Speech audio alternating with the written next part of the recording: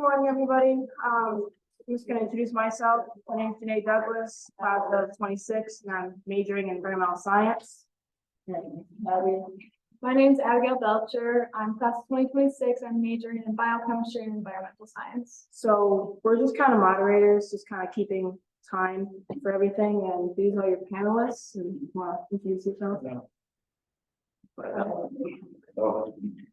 I'm Larry Parker. I'm the director of diversity, equity, and inclusion here at Elmira College and Site and Line Coordinator. I'm Dr. Milissa Volino. I'm the director of nurse education here at Elmira College. I'm Kevin Murphy, the director of housing. Hello, I'm Dr. Soti. I am the director of research at Erie College of Osteopathic Medicine. So I guess I'll start. So they asked us here to talk about climate change and health. And as a nurse, I'm not really an environmental activist necessarily, but I take care of people who experience the environment. So that's something that, nurses typically we worry about this a lot. So when I think about climate change and how it impacts my patients, the people that I take care of, my family, there are several things that come to mind. One of the first one is air pollution. So air pollution is a really big problem for us with climate change because as that ozone layer gets a little bit bigger, we start to see increased incidence of asthma attacks. Some of you may have asthma, you might know what this is like. We start to see COPD patients end up in the hospital more frequently than they should because they're being exposed to this environment that affects their breathing. And if any of you have been to a city on a smoggy day, that can be very irritating to your airway, even if you're healthy. So just imagine what it would be like if you had any type of respiratory compromise and having to be exposed to that type of situation. And we're seeing increasing incidence of this because of that change in the ozone layer. So part of my activism would be to look for ways to help prevent worsening. We can't change what's already happened, but we can prevent the worsening of that. We can also help patients and families and individuals in the community deal with responding to exposure to these things. And I'll talk about that at the end. The other thing that I think about is if you think about the media and the recent flooding events, like last year in the fall, Florida had this horrible hurricane. And you guys heard about the hurricane damage, right? What they didn't talk a lot about was the massive flooding that went across the middle of the state of Florida. So the neighborhood that my mother lived in was completely flooded. And the biggest fear after that flood is not rebuilding. Is the mold going to set in? So when you think about precipitation events and what they do to people, drowning is an obvious one. You guys think of drowning right away, right?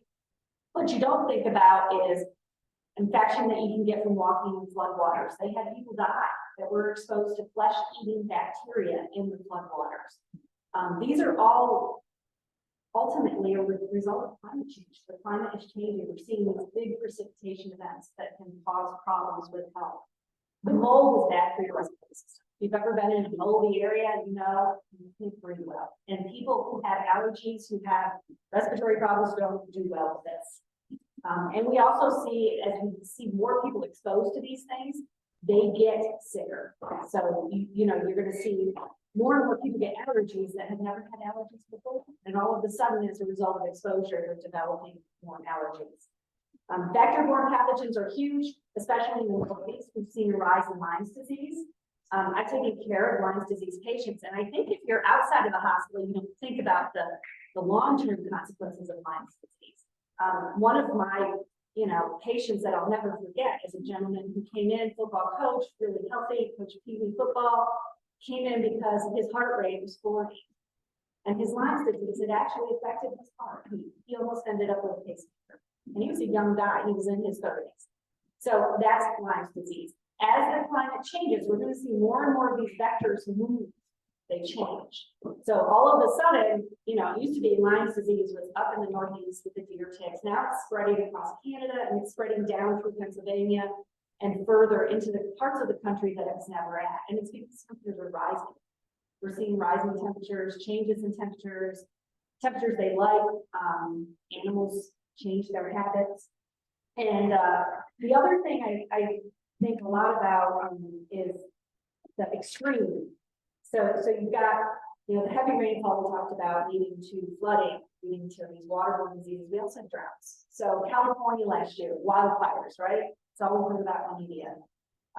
Those drought conditions actually lead to infections that are healthy in those conditions. Valley fever is one that people out in the dry areas of the country can get. And valley fever is kind of like the flu for some people. For other people, it's a fungus that ends up forming nodules in your lungs. You can get a collapsed lung. You could end up with long-term chronic fungal diseases. So that's always, anytime you see extremes, you're going to see changes in those local fungi and bacteria that affect your population. An example I would give you of how we could help that you should think about, the media. I don't know if any of you are media buff people who like the internet. Air quality reports is huge for people with respiratory diseases. So if you regularly check the air quality reports, you know if you're going to be triggered when you go outside. You can choose to stay inside that day. You can choose to limit your amount of time outside. Don't go running in a smoggy day, right? That's not a smart move for your respiratory system. Avoid any excessive time outside if the air quality is poor. And I tell all of you that I don't even go outside. I had the misfortune of being in Florida during a statewide forest fire event. You couldn't breathe on the beach. There were actually ashes falling on the beach. We drove home. It was that bad. So am I out of time? So final thought, since I told her I could kill 5 minutes. As nurses, one of the things we have to do is educate college. So think about ways that even if you're not a nurse, how could you educate your family and friends to help cope with these disasters that are occurring as a result of climate change? And Larry? I'm thinking, so mine is, I guess my approach is kind of like a backdoor effect to environment. So I obviously, you guys, as my title suggests, I work with a lot of diverse, underrepresented communities. And if you think about, let's say, your home, right? The environment is something that you have to take care of. Like say your lawn or your garden or things like that, you have to physically take care of. But when there's other things that have priority in your life, you don't take care of those things. So I said that because I work with helping each other care for each other. Usually in marginalized community environments, the last thing on the bottom, because there's healthcare, there's jobs, there's education that are much more important to them in that moment than the environment. So now you have a generation of people that aren't actively caring for the environment because they have to care for more life and death situations immediately. So my role or my remedy, I guess, to this is if we can get people caring enough about each other, then they will have the capacity to care enough about the environment, and then it'll have a domino effect on everything that surrounds us, right? So that's kind of the approach in my experience. Growing up here, struggles I went with people at council, the environment is the last thing on the list, even though it might be causing me stuff. I have to go to work. I have to go to work. How do I stay inside when I have to work to pay my bills and take my kid to school and I'm a single mom, right? Whatever the case may be. So if we can help mitigate some of that by helping each other and working with each other across communities, across culture, that leaves us a little space to really care for the environment. So that's my 5 minutes. It was my 5 minutes. So I'm gonna dovetail off a couple points later, Dave. I'm gonna start with something I referenced last week when we did this panel, a couple points actually, just to create context. Anyone here ever been sick? Of course we have, right? So if we go back in time to 2018, December of 2018, on the occasions you've been sick, have you ever had the experience where you can like literally feel it creeping down the body? Right? It started like a headache, or the ears start hurting, just kind of creeps down the body. So I was in the middle of the session. I was in my office in the library, and I could feel it was creeping down. I started to flush, a headache, my ears started hurting, and throat got scratchy. And by the end of the session, I thought I was going to drop dead. Right, and guys are pretty big, sick anyway. All down in the front, so right. So, in fairness to me, though, what follows over the next 9 days: bronchitis, double pink eye, and double infection. So I was what I call apocalyptically sick, right? So I'm hanging out at home and missed all of that and fell up into the position and feeling horrible. And I had a temperature of probably 101, right? Which, isn't, great, but it's not 103 or 4 times temperature. But one of the things that kind of jumped on bit into my mind was, think how bad I feel with 2.5, 3 degree increase in body temperature, how awful I feel. Every part of my body was in agony. And now it's, extend that same concept to the planet, right? Because a few weeks before that, I just got something on the news about, climate deniers talking, oh, it's a big deal. It's only a couple degree increase in heat. What's the big deal?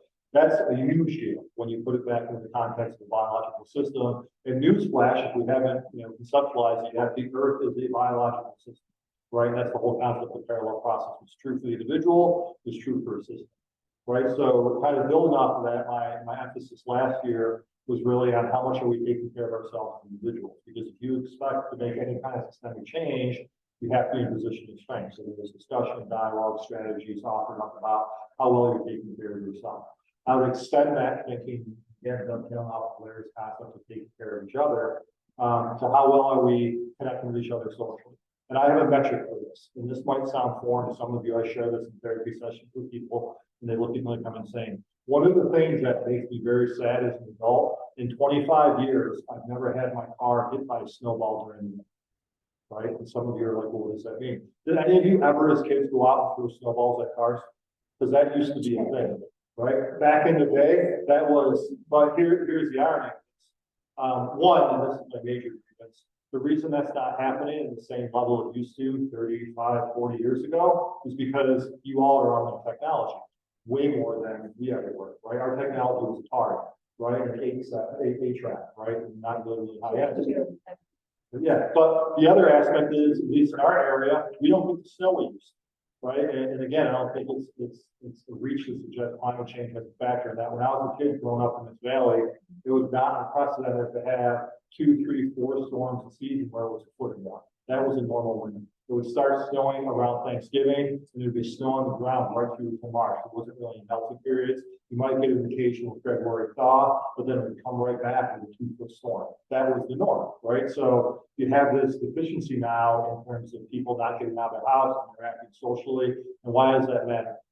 I was sharing with Larry a statistic that is pretty common in organizational psychology, industrial psychology, that if you have a system of people, say a non-for-profit human service organization, if you have a majority of the people, right, in that organization who are invested in systemic change, it still takes 5 years to create any measurable change in that system. That's the average. That's if this is pretty well established. And that's if the majority is actually invested in leadership on board.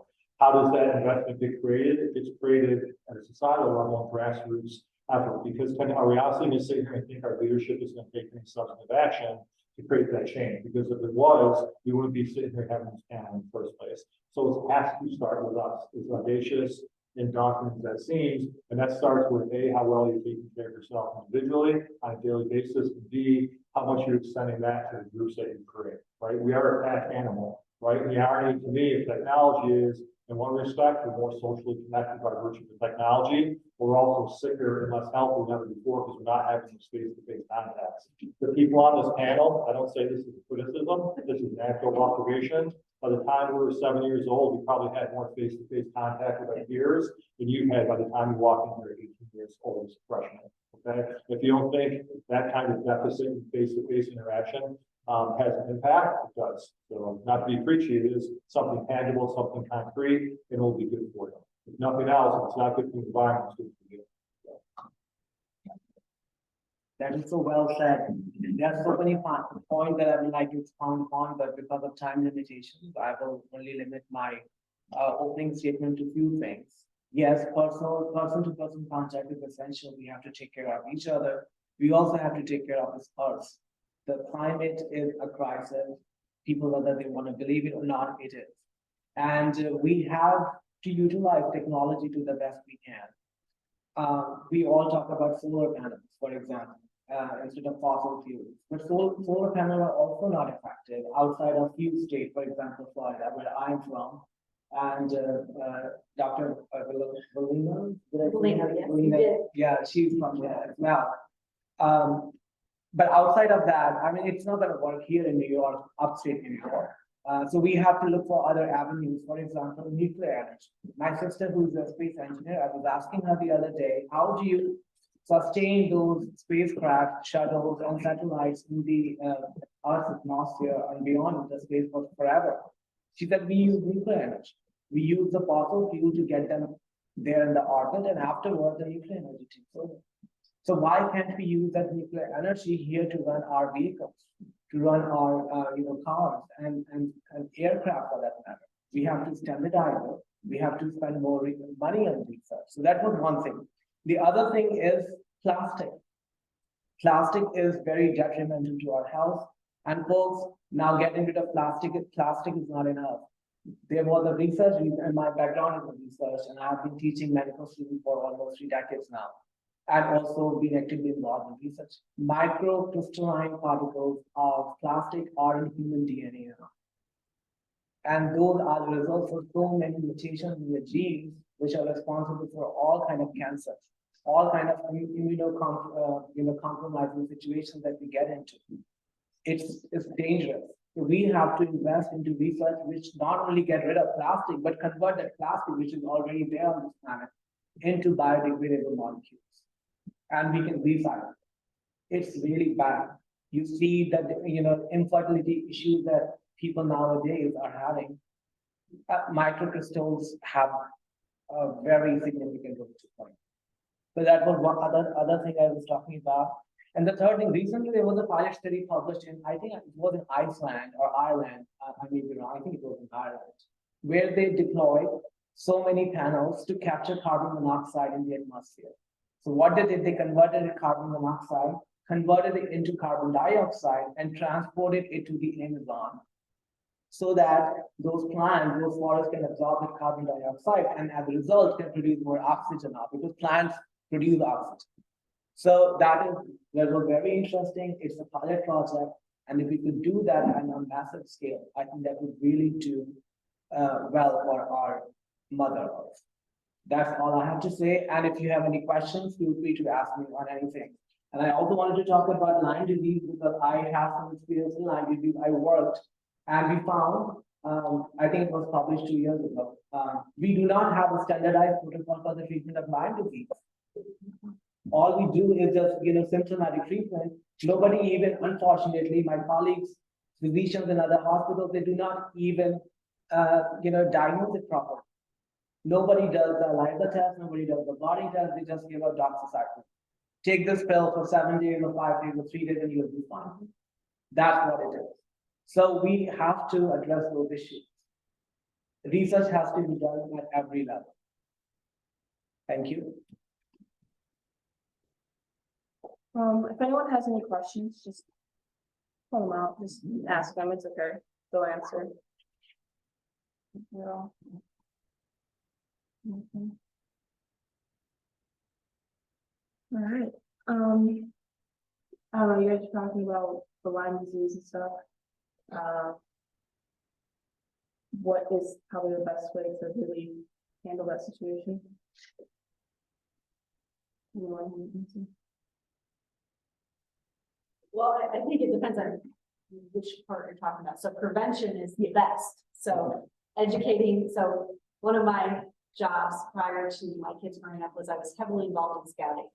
So one of the things that we had to deal with was scouts, young people with ticks, and how do you educate them to stay away from tick areas, walking in, paths that are cleared instead of through the weeds, wearing, insect repellent, but then it comes down to picking the right insect repellent, because for kids, do we want to use DEET?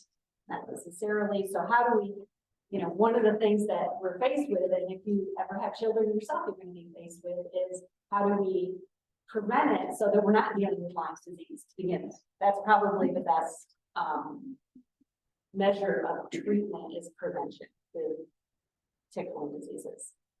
But I think as in terms of Lyme disease and detection, the patient that I referenced actually was into the ED and misdiagnosed, and they did not test him, as you said, for Lyme disease. He was sent home. He showed me a cell phone picture of his rash. It was a classic Lyme's bullseye. And they never tested him for Lyme disease. So he ended up, in the hospital with a heart rate in the 30s to 40s, almost back days because he was not diagnosed. So, having protocols where everybody does the same thing, I think is a great idea. but I don't think it exists. If you go, my husband found a tick on himself last year, he called his doctor, she ordered a doxy. Mhm. That's all that happened. They never tested the tick, they never tested him, they just gave him doxy. Yeah. So that is a lacking area in public health, you know, and access. So as Larry brought up, one of the things locally that we have is a big poverty level. You guys don't see it, you're in the purple bubble here. If you're from the area, you know what I'm talking about. You don't have to drive very far to see the income level drop. And you can see it as you drive where I live in Tyler, Pennsylvania. There's nothing there. We don't even have a stoplight. We don't have a grocery store. Just my condition. And if you want fresh fruits and vegetables, if you don't grow them yourself, you have to have a car to drive a half an hour to get them. Except for in the summer where there's a farm stand. So, you know, climate change, if it affects crops, think about these areas that rely on their local growing their vegetables. And now we've got blight that we didn't plan on because everything's so wet here. Who knows, we get more rain. So, any of you garden?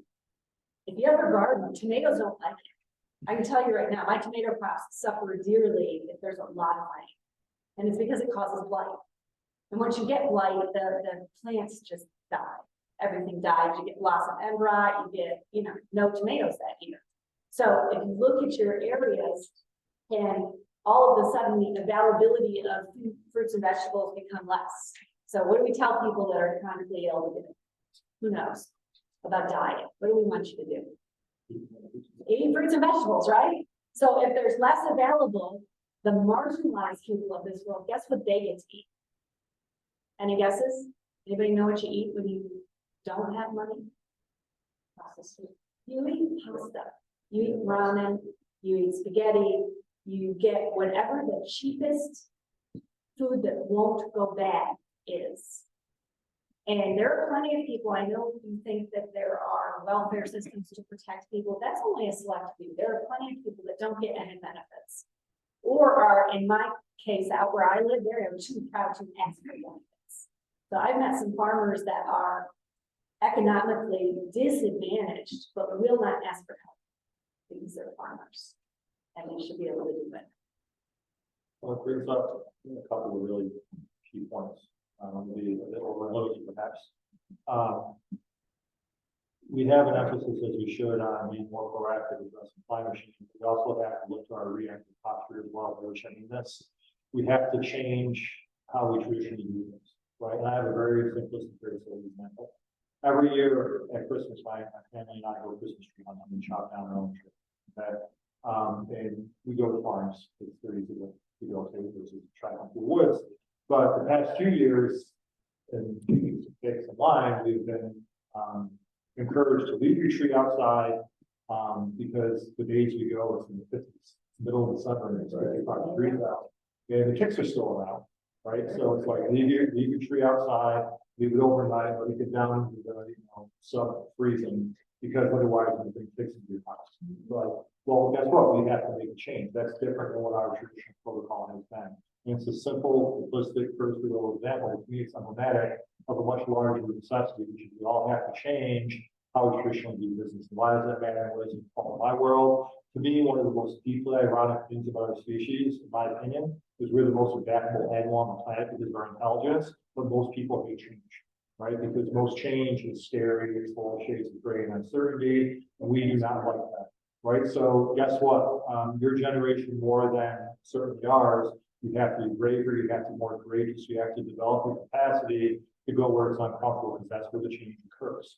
And I don't know that we are marketing that thinking as much as we need to be. I'm not trying to be preachy, but if we're going to make any kind of change, the precursor to that is willingness to be uncomfortable. And the technology, again, the irony for me, kind of ripping here, but the irony for me is technology has made things infinitely more comfortable, right? So now perhaps as a generation, you are accustomed to being the most comfortable, not having to wait for things, having your impulses met in a very expedient way compared to previous generations. But you, more than perhaps any other generation in recent history, has to be the most comfortable being uncomfortable given the changes you have to wrought because of the things we all screwed up. Are bad, by the way, apologies, right? But it's a deep irony, but the reality is it's not going anywhere. And if we don't identify it, if we don't reconcile ourselves to it, if we don't start making some plans, I don't see really anything. So, Well, and I think the other thing that has to happen is people have to think that we've made a lot of mistakes in the past with only thinking this far ahead in a solution. So I'll give you a great example. I can remember when I became a nurse in the 90s, because I graduated in 93, okay? And I took care of cardiac patients. Eggs were bad, okay? Nobody should eat eggs. Eggs are bad for you. Now what do they tell you about eggs? Eggs are good for you. One thing that they said was cholesterol was bad. Well, really, we make our own cholesterol. So it's not the cholesterol you eat that's bad, it's what your body does with fats that you eat and what it makes. Some of us have great cholesterol because we have great systems and knowing your risk factors. So climate change is kind of the same thing. Like, is nuclear energy the source? It might be. Why are people reluctant? Well, we're thinking about Hiroshima, right? So you all took history, nuclear is bad, but in the case of the space program, is nuclear actually bad? So are there things that we could do that we just don't understand enough? But we need to make sure at the end of the day, you understand the full consequences of what you choose to do. Because that's where we've gotten in trouble, is that we haven't understood the full consequences. So thinking out, well, what's going to happen in 2 generations from now, 3 generations. And I will, my daughter was watching a movie, I'll jump on that because I think at least times that I didn't think about environment, it didn't hit close to home. What she was saying was absolutely right.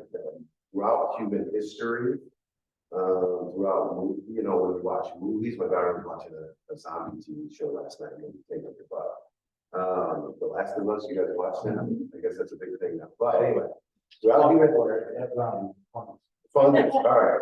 But throughout human history, throughout cinema, and shows, when there is a lack of resources, people turn on each other. And systems start to break down. And we think we're all, and it's usually a generation of people that think everything is fine.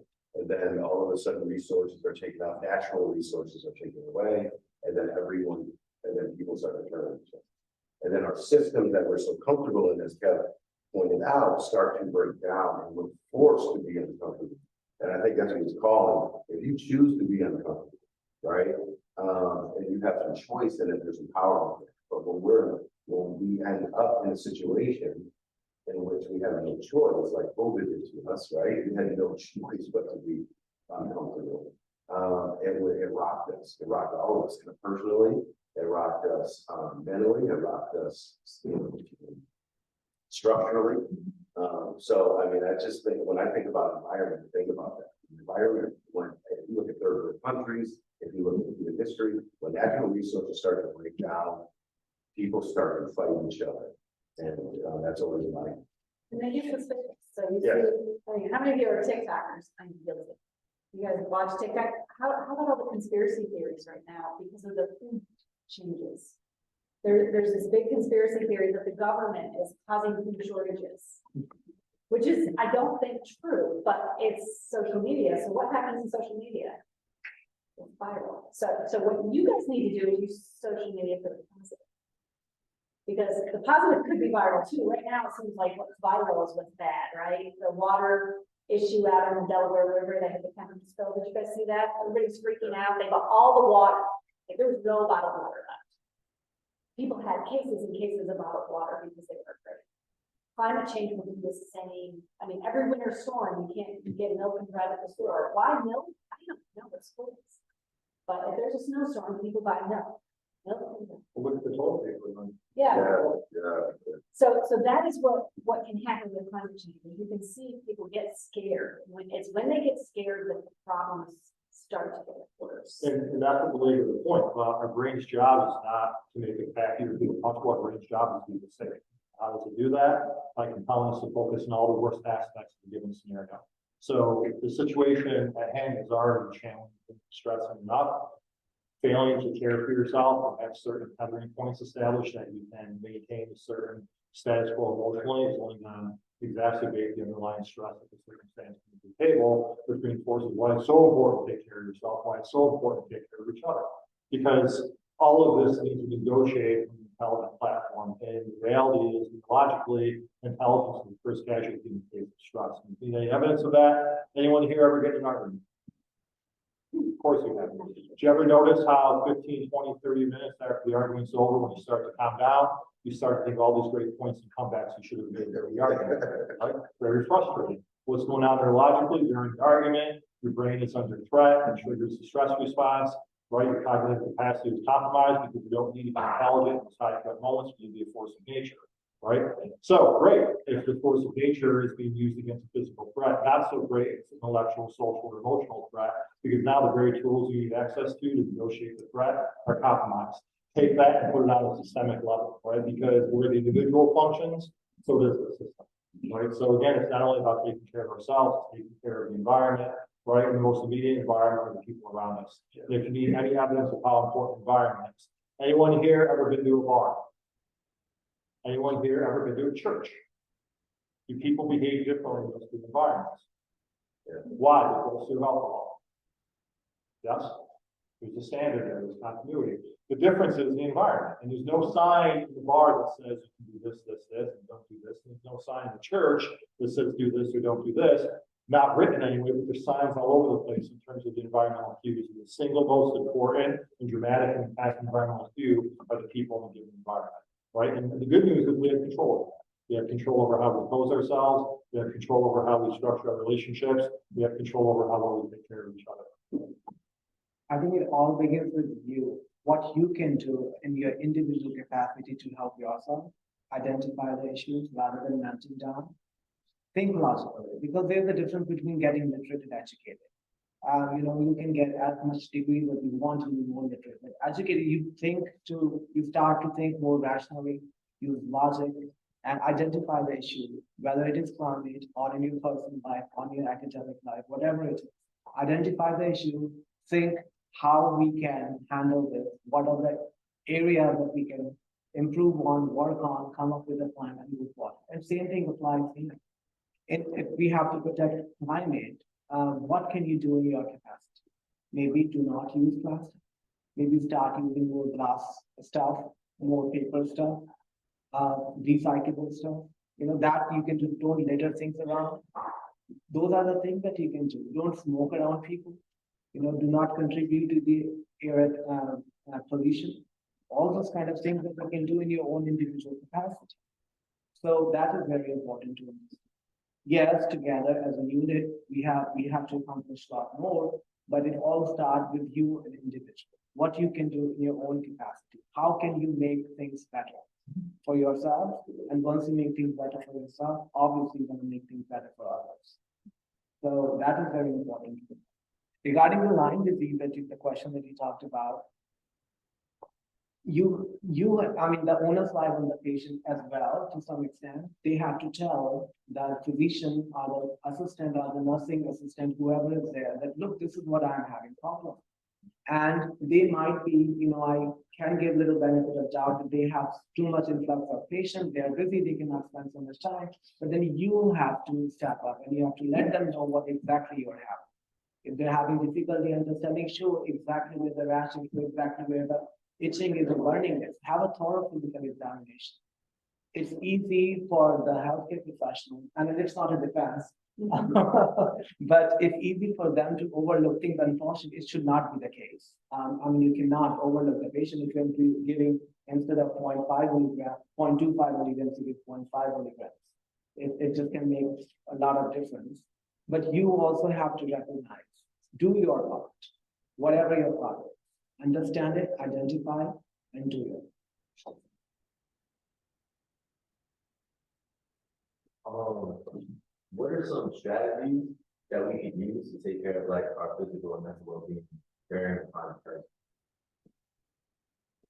We have director comes in. Yeah, and so I like to simplify things. So my suggestion to people is always break down things categorically, physically, emotionally, cognitively. And they're sequenced that way very deliberately because it's esoteric and intangible as thoughts and emotion are. They're byproducts of biological systems. So we start with the physical, particularly from the stress or anxiety management standpoint, because the fight or flight response, the stress response, is facilitated by the release of a certain cocktail of chemicals, 48 to 128, based on the research you look at, that stimulates the fight or flight response. Those chemicals do not have a reuptake process, which means your body doesn't spontaneously reabsorb them when you no longer have need for them. They have to be vented either through acute physical activity, right? Because they're intended to be the fuel to make you a force of nature to run and fight for your life, or released through crying. And we live in a culture that has socially programmed us, don't cry, right? Which is a terrible idea, right? Chemical analysis of human tears has been conducted. There's 3 subcategories of human tears: basal, reflexive, and emotional. Basal is a normal tear production when you face your eyes. Reflexive, you get something in your eyes water. Chemical identical to basal, just higher in volume. The third category, emotional tears, the primary chemical composition are the chemicals that cause the fight or flight response to engage. So literally, when we're upset and we cry, we're giving our body the opportunity to desaturate those chemicals so we can think more clearly, problem solve, and move forward with whatever the challenge is and negotiate that. So if you're not in a routine practice of being physically active daily, and also having reactive tools that, you can work out at 8 o'clock in the morning and feel great, and something can distress you later in the afternoon, then not wait until the following morning at 8 o'clock. And it doesn't need to be an hour at the gym or go running 10 miles.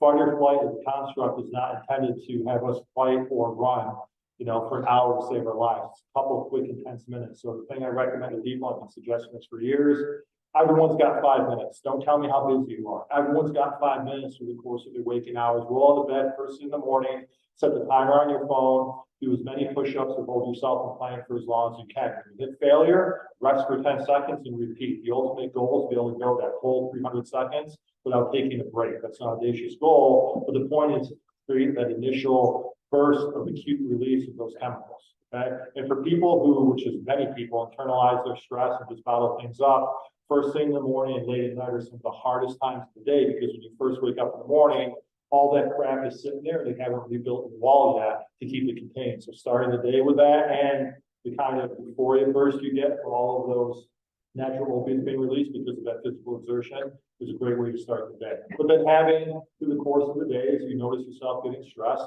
doing things, controlling your breathing, muscle tension and relaxation. If you have time, a minute or two, doing something physical, talking to people, offloading things. But that's only the symptomatic, that's the physical. Also taking care of yourself in terms of what you put in your body, fruits, vegetables, how hydrated are you, all of that matters because it's all systemic. Emotionally is how much fun are you having, right? The emotional category, how many things do you have to look forward to? Do you have fond memories to look back onto to carry you through difficult times? All of that matters in a huge way. For the first 12 years of my career, I worked in group homes with some of the most tragically traumatized human beings on the planet. And you could have, and I could tell you story after story, horrific things that these kids would experience in real time. And then a half hour later, provided they had someone they felt safe with, provided they had an enjoyable distraction, a snack, you would never know that anything bad had happened to them, because a child's brain, by design, right, and by limitations of maturation, is plugged in very much to the here and now. Right? So it's not that they forgot what horrible thing happened, but they're so plugged into something good that they're able to manage that emotion in a different way. We would do well to take a chapter from that book, right? Because at the end of adolescence, we start to develop the capacity to think beyond the moment, which is a fantastic skill, but our brain doesn't differentiate between thought and reality. So if we're thinking something, our emotions are going to respond to the appropriate emotion. So if you're thinking of something distressing and anxiety provoking and threatening, you're going to feel the stress of that. And here's the evidence of that. Think back to last year and think what percentage of the things you worried about happening actually happened. Because if you're like most, and you're honest with yourself, it's like, the majority of the things I worried about actually didn't happen, right? But it didn't change the fact that you paid the emotional price nonetheless, even though it didn't happen. And if you remind yourself of things that did happen, you got through, because if you didn't, you wouldn't be sitting there now. But if you don't actively train yourself to think about that, your brain's job is to focus on the worst possible scenario, because it wants to know what the worst outcome is, so it can be prepared. So having that emotional offset is usually critical. And the third area, cognitive, is literally doing the problem solving, figuring things out. How do I get beyond this challenge and this threat? Because once your brain identifies a threat, it's not going to let it go until it has a plan that says, I know I can be safe. And this is where that short-term strategy of bottling things up is a fantastic short-term strategy, but man, you're killing yourself in the long run. So just to add to what the Director of Counseling and Doctor said, you have to understand, what happened has already happened. So whatever the source that is giving you stress has already happened. Nothing can be done to undo that. Once you understand that, then you can think logically, okay, how can I deal with it now? How can I get through that situation?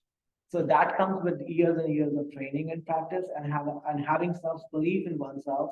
I've come this far or whatever it is, and I can still make it through. I can, overcome it. Nothing is greater than your self-belief. If you have the self-belief, if you have the understanding, okay, what happened, it cannot be undone. Let's see how we can deal with it. And then you would be able to move past. And I think I would add, and this is from years of working with chronically ill patients, having the ability to say, oh, well, it didn't work out. We're not expected to be perfect in life. Some of my best learning experiences have been when I failed, when things didn't go how I thought they were going to go. And I think you guys are under so much pressure to be perfect. And I think it's our fault. Like, we raised our kids. I raised 4 kids. They all got straight A's. That was the expectation, but I put a lot of pressure, just hoping for them to be successful. But, having that ability to be resilient and just say, oh, it didn't work out, and having the ability to unplug. One of the things I see in my own children who are your age is that they don't disconnect from the world. They're always on that latest notice of what's happening in politics and the media, to this person, to that person. And the one thing that we're all better at on this panel than you guys is I forget to look at my cell phone. I forget to text people back because I'm not trained to do that responsive. When I go camping, I don't look at my phone. I camp on a regular basis. So what do I do to unplug? I disconnect completely. So finding ways to disconnect that work for you, finding hobbies. Everything doesn't have to be work. I hear a lot from Gen Z kids, your generation. They don't want to work all the time, right? Do you guys feel that way? That's what I hear from people, is that they want a career where, they have work-life balance. They don't want to be like us people who work all the time. They want more free time to enjoy life. You've got to schedule it. So just like you schedule worrying and you're freaking out and stress is getting to you, you got to say, okay, this is my time where all I'm going to think about is whatever I like to do. Maybe you just like to walk, right? You're releasing all those chemicals while you're walking. You're out away from everybody, and you put your phone on and just think. Because sometimes that's what's missing, is that ability to just be, to unplug. So healthcare providers are terrible at that. I have to look at it. I have to make myself do these things, because otherwise I would just stress about everything all day, every day, and drive everyone around me crazy. So if you guys can develop good habits now, they stay with you as you get older. You're going to get better at prioritizing what's important to you. And you'll feel better as a result. You're going to feel a lot better. Well, the irony of people who've gone through injurious events is they are forces of nature. Because oftentimes those injurious events occur when they're vulnerable, when they're less skilled, less maturated, younger in their journey as far as age continuum. And they don't recognize the skills and ability and resilience they have as adults. And if you don't actively focus on that and train yourself and create those feathering points, your brain's going to revert back to its default orientation, which is that worst case scenario thinking and that catastrophic, oh my God, I'm in danger. And you've already survived the event. If you can survive the event, you can survive the memory of the event. Particularly if you recognize all your brain's trying to do is get you to process the event so you know how to keep yourself safe from the pain. But you already got through it. And if you got through that when you're 5 or 10 or 12 or 15, you can surely get through the derivative of that when you're 20 or 25, right?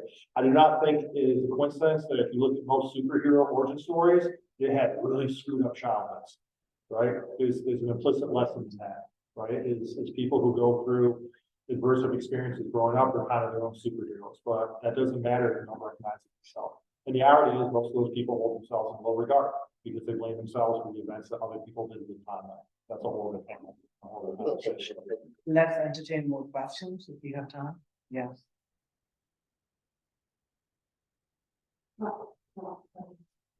When dealing with like systemic issues like this, how do you stay motivated and have yourself to make these changes and everything? There's so many moving parts. And that's where I think the social piece comes in, that Kevin was talking about. Having more people that work together, like not keep it just you. It's not a you problem, it's a us problem.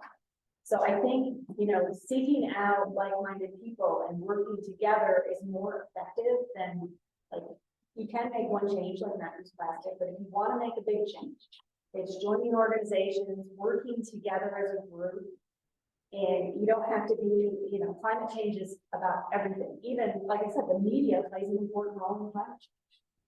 Educating people, for spreading information about risks, how to protect people. So whatever career you're in, there's always a role in climate change, and kind of like finding your group to work with. It's a huge benefit.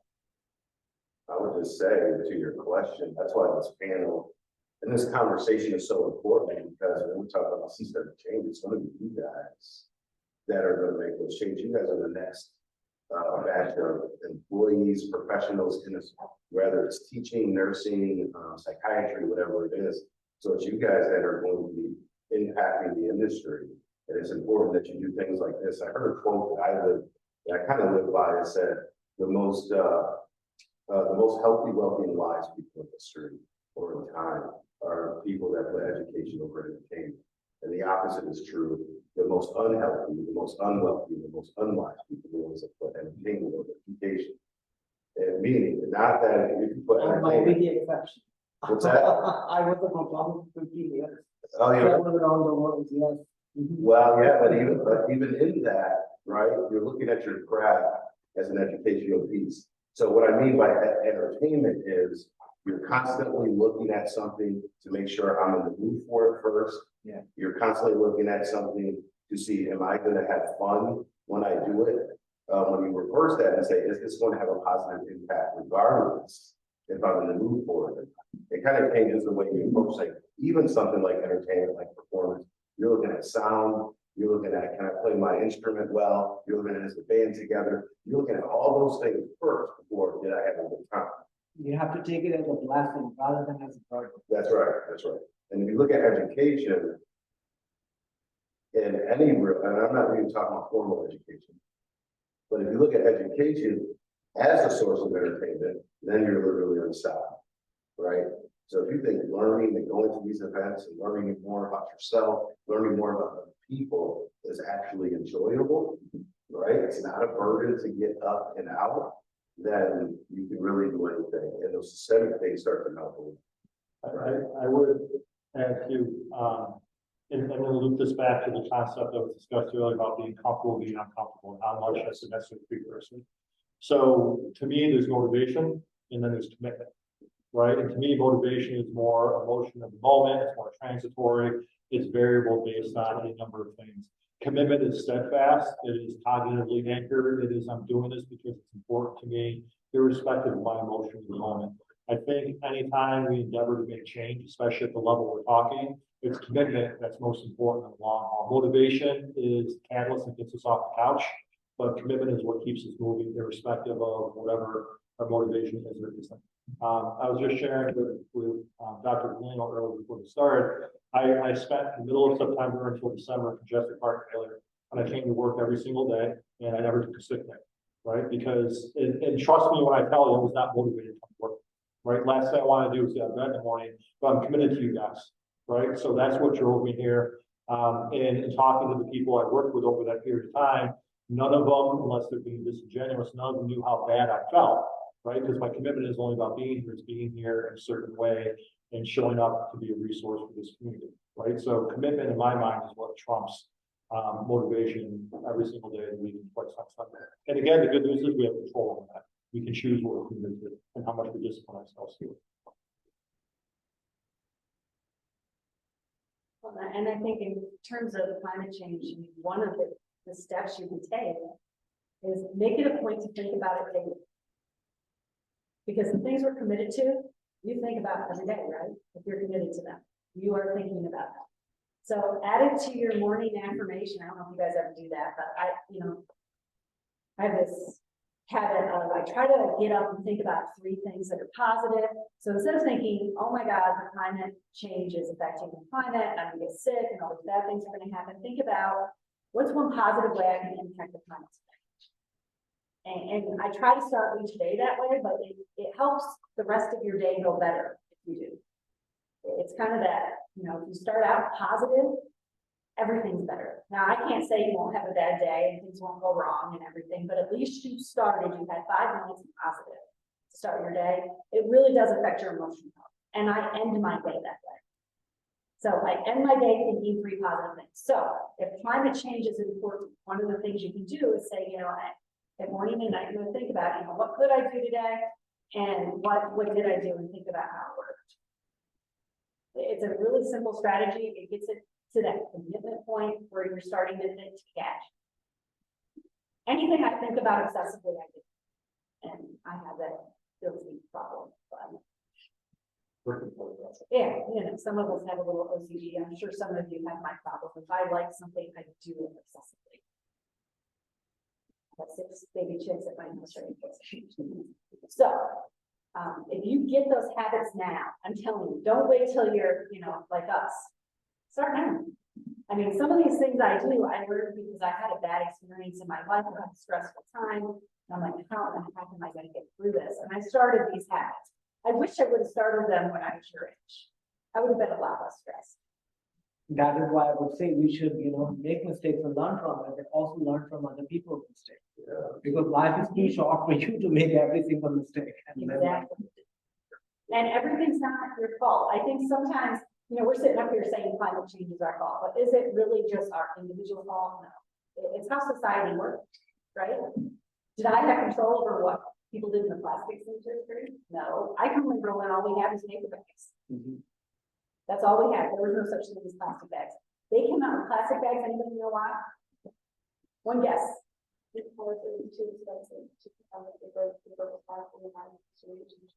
Exactly. We were saving the environment. So isn't that ironic?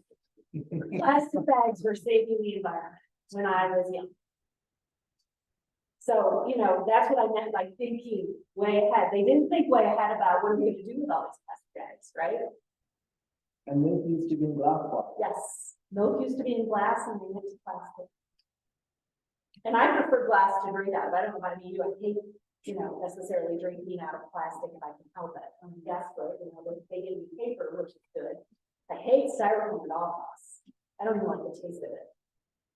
I'd rather have a glass can, but we went away from that. And don't microwave plastic, if wooden plastic. Yeah, that's Research shows that if you heat it at a certain temperature, the plastic dissolves with the food. Microparticles that you can see with their eyes.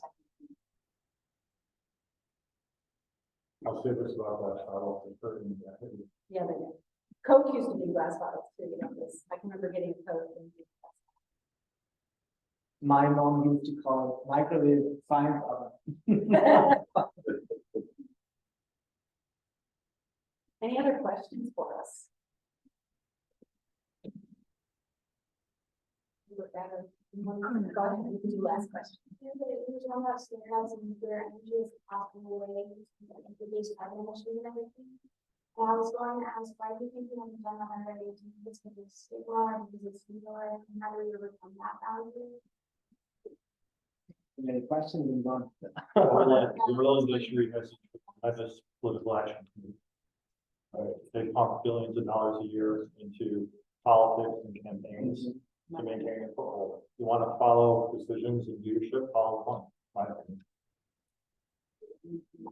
The same reason with the gun lobbies, everything that's going on there, it's follow one who's donating.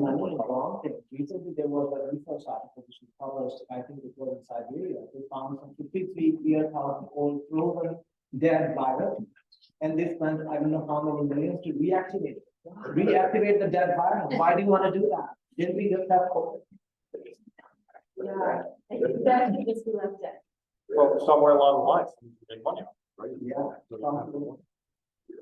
Well, thank you for listening. Thank you so much.